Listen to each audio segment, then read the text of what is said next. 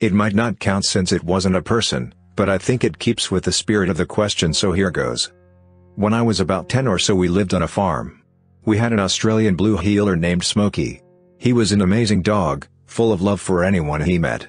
Smokey lived in a huge pen behind the barn, and it was my job to feed him and get his water when I got out of school. So one day I go out to the pen and start to open the gate. Smokey was acting very strange. He was pacing back and forth, the ridge of fur on his neck raised, and when I made a move to step over into the pen, he growled at me. This was new. Smokey had never even growled at me when we were roughhousing, so something was up. I kinda stepped back as he bared his teeth at me.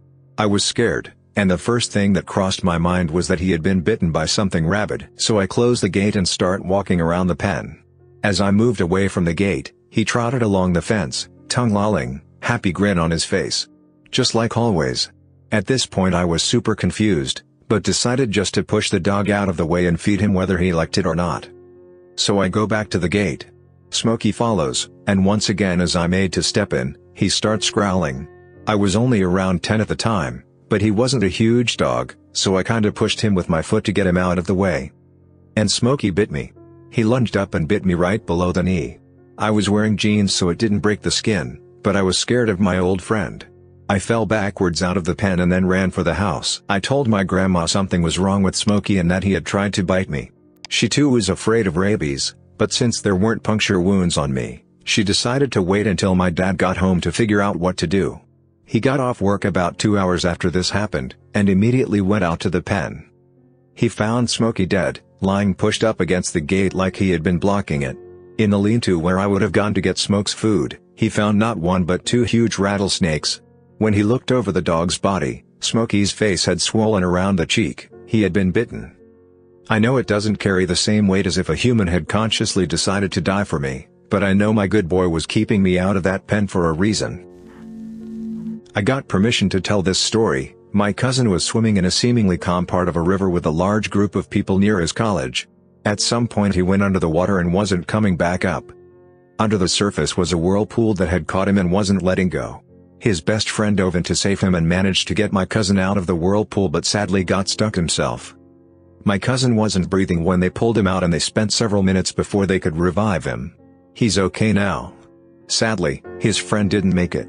I never knew the kid, but I think of the sacrifice he made to save my cousin all the time and will be forever grateful for it. My mom died giving birth to me. I didn't find out about the circumstances of her death until I was 7 and my aunt said something about it to me. It messed me up for a while. I often wonder what my life would have been like if she was around. I had very little female influence in my life. I was raised by my dad and 5 brothers. Dad just treated me like one of the boys, so I grew up working on cars and motorcycles. My dad has never dated anyone since. That sometimes makes me sad too. I look at all the joy my husband brings into my life and want that for him, but I think he is just done with that part of his life. My brothers will sometimes tell stories about her. It's really the only way I know anything about her. There are some pictures around too. People tell me I look just like her, and have the same attitude. I just have to take their word for it. I'm older now than she ever was. I look at all the things going on in my life and I feel incredibly guilty for taking that away from her. It makes me want to live my life in a way that I think would make her proud. He was a stranger. His death saved me and 3 others. The circumstance surrounding his death will never be completely known, as mistakes were made during his medical care.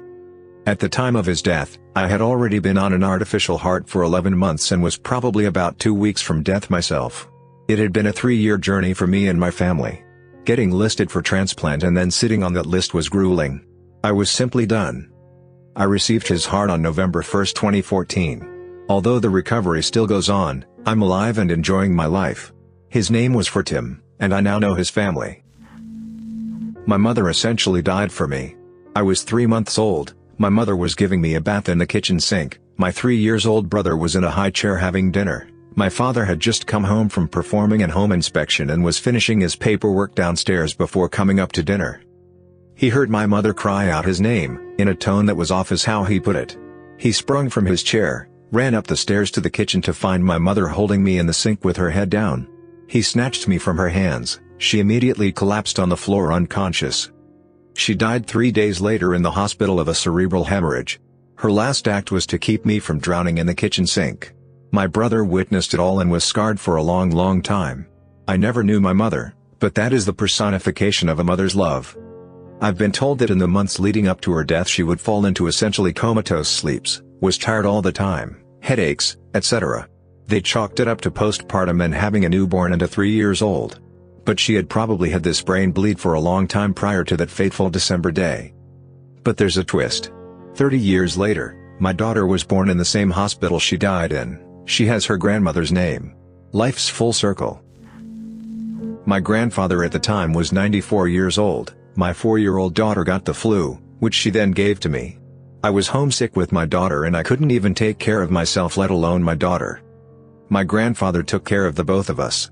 I remember waking up to him covering me with a blanket like when I was a child. He ended up getting the flu from us and his respiratory system couldn't take it. He passed because he took care of me and my daughter, and it makes me cry every time I remember that. Not the typical altruistic life-saving event, but I'll go on. I'm an identical triplet. We started out as quadruplets, but the fourth little homie took one for the team as he stopped developing sometime during my mother's pregnancy.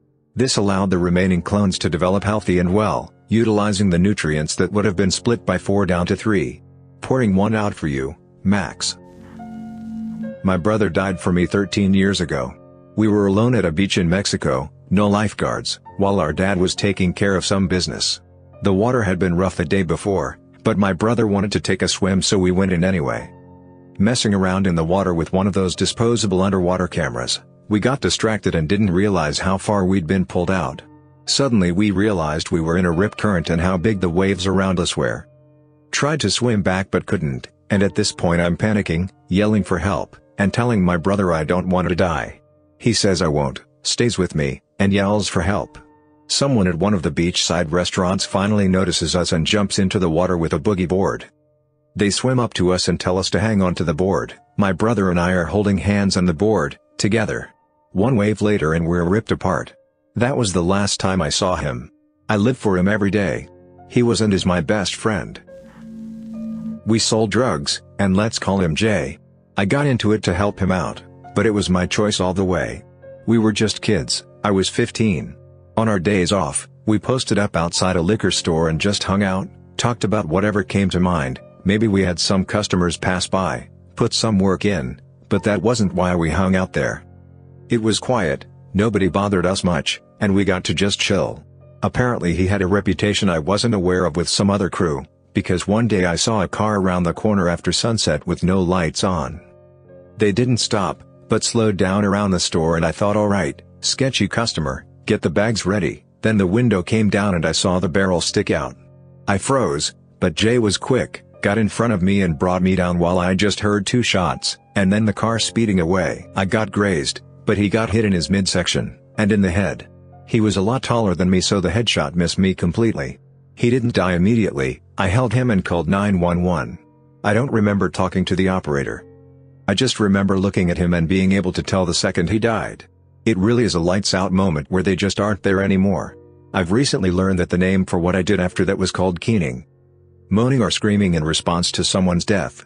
I just yelled and yelled, cried and screamed. It's been 12 years and I'm fine now, but I keep his memory with me and realize that we put ourselves in that danger, so I take more responsibility for the situations I put myself and my loved ones in. Not me, of course, but a family friend with his wife.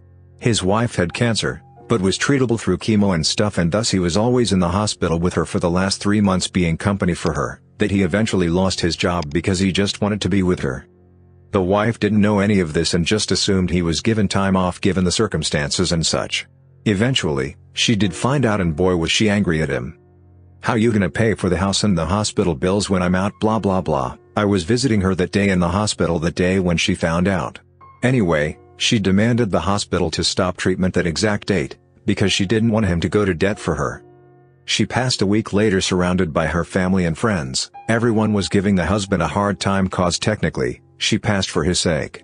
He eventually was able to recover, but he is very much a recluse now and he blames himself for her death. When we were 7, my best friend's mom was at a bar not far from where we grew up. I guess a guy there was getting really rowdy and the management asked him to leave. As he was being kicked out, He drunkenly yelled something along the lines of "I'll come back and kill every person in this place." I don't think anyone took him seriously, but later that night he returned with a gun and opened fire on the people in the bar. Her mom ushered some of her friends into the kitchen to hide. She got them all into a pantry, but he came in and caught them. He shot her in the head and moved on to the rest of the bar. She died protecting her friends. A few weeks later, at a different bar in a different state, my friend's dad was shot and killed also. She was orphaned at 7 years old and was then raised by her grandmother. We don't talk about it very often, but on holidays like Mother or Father's Day I know I need to check in on her. Rwandan genocide survivor here. I lost my dad during the Rwandan genocide when I was 4 years old. He died protecting my sister, my mother, and me. The genocide was basically between two tribes, Hutus and Tutsis. My parents were each from different tribes. To make a long story short, both tribes were willing to take all of us in, but the nonverbal agreement was that the parent that wasn't from the appropriate tribe would be dealt with. Not wanting my mom to die, my dad chose to bring us to her tribe's side of the conflict, thus sealing his own death in the process. He was taken to some woods somewhere and he had his head chopped off. What always gets to me is my mom telling me how he silently cried as he was taken away. October 13, 2011, my aunt and uncle invited me to come down with them for a wedding party they were having at their house in Logan for one of their friends. I accepted, packed my stuff to stay for a weekend, and got into their car. We were just chatting while driving through Logan Canyon from my house to theirs. It was nice because I hadn't really talked to them since I moved up there. Well, all of a sudden I hear my aunt say, Steve. I look up and see a red truck right in front of us. It hits, and I black out. I wake up in a lot of pain and everything smelt weird and I couldn't talk. My aunt gets out of the car and is panicking and asking if my uncle and I are okay, which I'm still surprised that she could to this day because she had a broken disc in her back. My uncle had died on impact. I learned later that he turned the car just in time to take the full brunt of everything. Something that still makes me very uncomfortable as recalling this event. I can still clearly remember him breathing, but it was gurgling and like he was trying to breathe. Apparently his brain had split in two or something? I don't know if that's a thing that can happen, I just remember being told that. I get upset thinking about it. I feel like I heard him dying. Everyone thought I walked out of there okay until a few days later my intestines burst because a portion of them had been killed, though I walked out of the car with broken glasses and a bruised arm, somehow no broken bones. I have been suicidal for a couple of months when I was 21, I guess it's always been there, but some things in my life triggered it. I knew I didn't want to die, but something inside me was telling me it's the right choice and that no one really wanted me in their life. So I started to plan my suicide, without anyone knowing. Around that time, my sister-in-law got sick and passed away right on New Year's Eve, and suddenly I got 2 small children to care for. At first, I didn't know what to do. My plans were basically changed super fast. I didn't have time to think on what just happened. But these children changed me. I started to see that yes, I am worth something and needed, and nothing makes me cry so much than thinking of dying and leaving these kids with more death in their life. I don't know if it counts or not, but I was basically saved by these kids and their mom. My brother jumped in front of his wife when a maniac was trying to run them over. My brother was killed on November 15, 2015 in Eugene, Oregon, while on a weekend getaway. He and his wife had just finished breakfast and were walking back to their car to go back to the place they were staying. As they were crossing the road, a man in a Toyota Highlander who had just beat his parents with a baseball bat, killing the father and permanently injuring his mother, decided to drive into my brother and his wife at full speed. According to the police reconstruction and witnesses, my brother put his body in front of his wife's and took the brunt of the impact. He was killed instantly and my brother's body slammed into his wife, breaking nearly all her bones on the left side of her body. She lived. R.I.P. Mark. A truly amazing man, brother, friend, son, stepfather and husband. I was involved with some pretty sketchy people as a teenager, and was part of a skinhead crew for several years. I'm no longer a racist or part of that lifestyle. When I was 14, I was leaving a show with a friend and walking to the bus stop because neither of us had our driver's license yet. A few guys came and started hassling us because our clothes and look made it obvious what we were. When he got swung at, he fought back and they all piled up on him. I tried to pull one off and they turned on me, and got me down on the ground. He ended up pretty much wrapping himself around me to protect me. I don't remember much, but I had some head injuries and a collapsed lung from several broken ribs, and had trouble shielding myself. I lost consciousness and woke up in the hospital, where I find out he died because we were both on the ground being kicked with steel-toed boots for a long time before anybody intervened. Only a few people know the story, because I don't like sharing that part of my life, and most of our friends who knew turned on me when I left that lifestyle. His parents blamed me, and I don't even know where he's buried because I was in the hospital during the funeral. The insane part was starting my freshman year of high school a couple months later like nothing had happened.